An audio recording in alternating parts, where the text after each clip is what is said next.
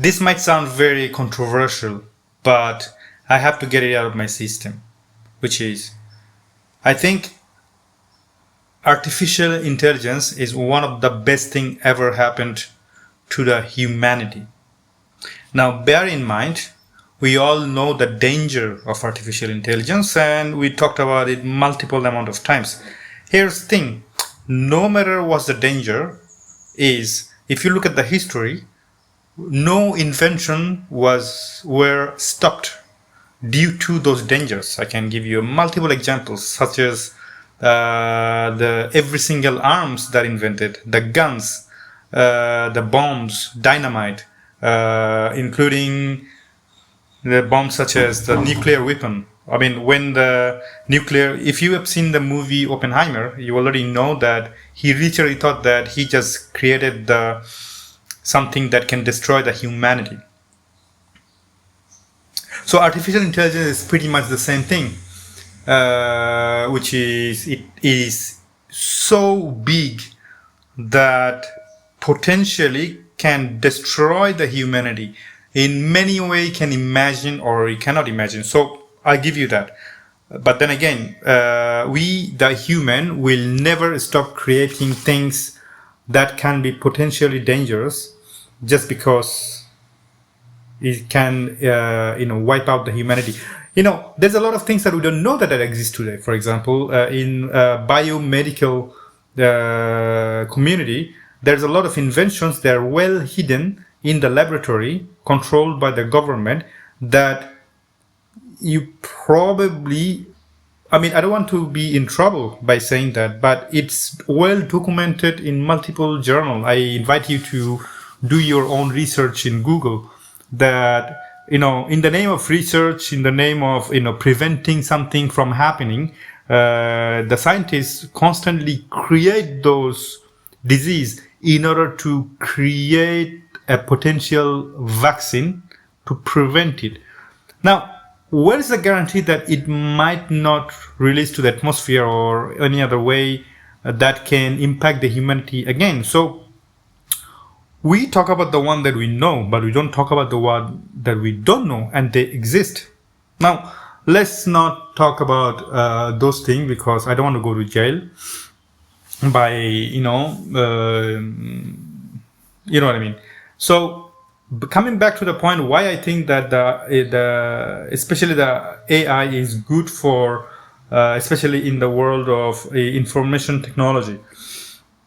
Because today we have this conversation that it will take away all the IT jobs, such as coding, for example, coding or programming, anything that you need some sort of knowledge to write a line of code. You need a knowledge for mathematics and etc. Now, that's true. And like it or don't like it, there's a lot of hopeful thing that, oh, don't worry, it's not going to go away, it's going to stay, blah, blah, blah. It is going to go away. The only job going to stay that related to coding is the person that's going to control or take care the logistic of the coding. I'll give you a better example. Let's say in the restaurant, you're going to have a job available, which is the head chef, that will not only create recipes or cook, he has to maintain the budget of the kitchen and the salary, the expenses, managing the whole restaurant in general. So his job is more than cooking. So if you replace the coding with the restaurant, then the head coder will be available, but his job will not be just coding. His job will be more than coding, similar to the head chef. Now, the bottom low-level job, just such as the cook or the preparation, will be automated by, let's say, in the kitchen world, that will be automated by robots.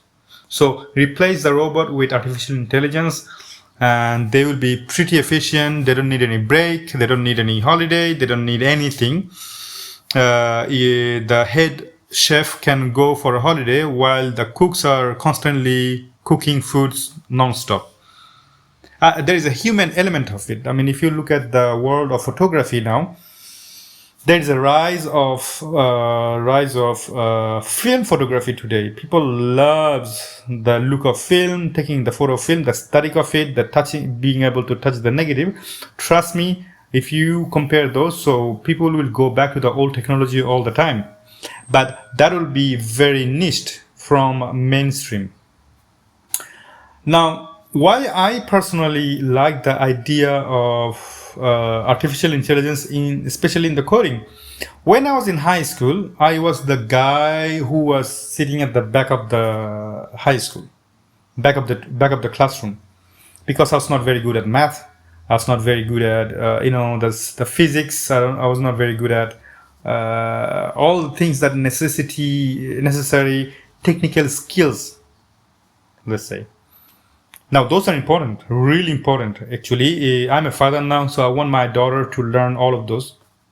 But it's not that I was a lazy one. I bear in mind, I was not lazy. I was just not made for mathematics. I tried so much. I was stayed up at 2 o'clock in the morning to understand math. However, I was very good at drawing. I was very good at creative thinking. I was very good at creating stories, in a polite way to say, because I create a lot of bullshit stories to get away from troubles.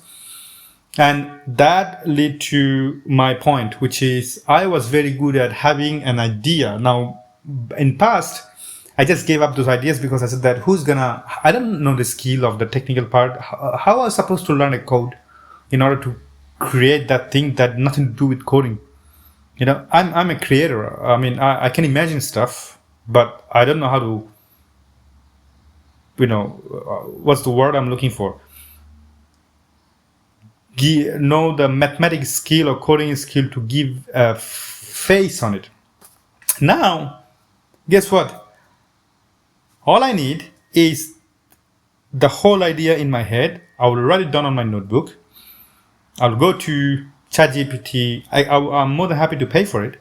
The Copilot, for example, and I will very precisely write down my demand, and it will create a code that can be tested in, let's say, VS Code. You can see a preview of it. Let it be a code written on Python. Or you want to create an Android app and you install the Android SDK on VS Code or directly in Android Studio, and just have your own customized application on your phone or by web or a desktop application that personalized for you. For example, right now I'm thinking about creating my own reminder app. Now, there's a Google agenda and etc. etc. So I don't want two things. One thing, that I don't want to log into a freaking app with my email to use an app. All I want is an app that works. Second, I don't want features. Fuck features, seriously. I'm sick and tired of it. So no, I don't want features.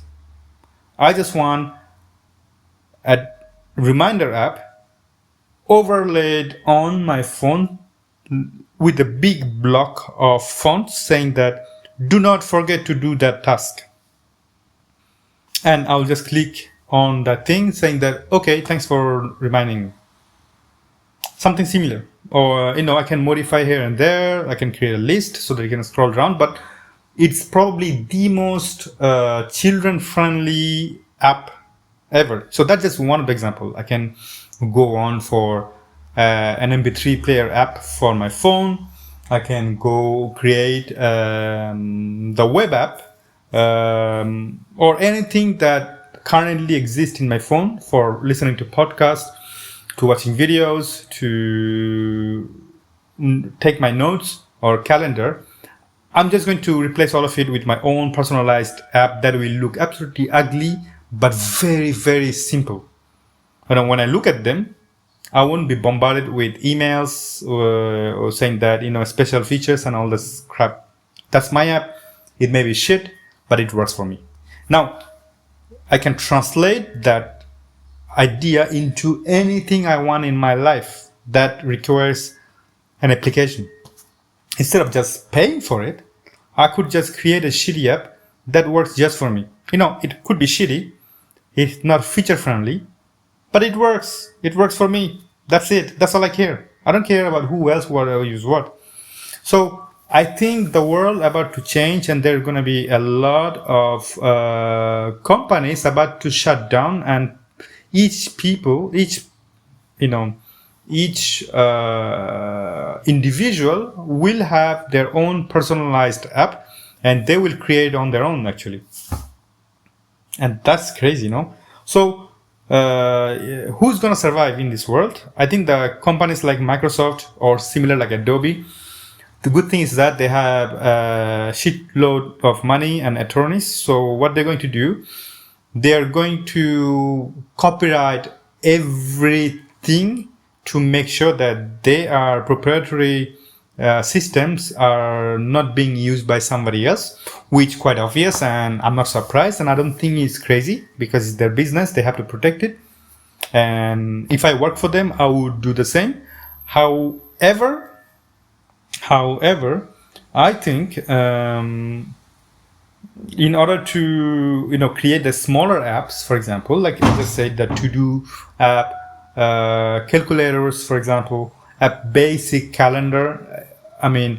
Where you're just going to click on a day and then it's going to show you that what you're supposed to have on that day.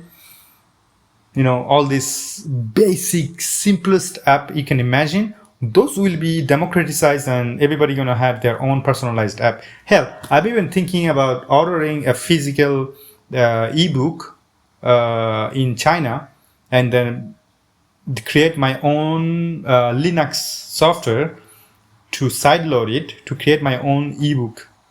Why do I bother doing all that actually? But well, it's fun and it's mine.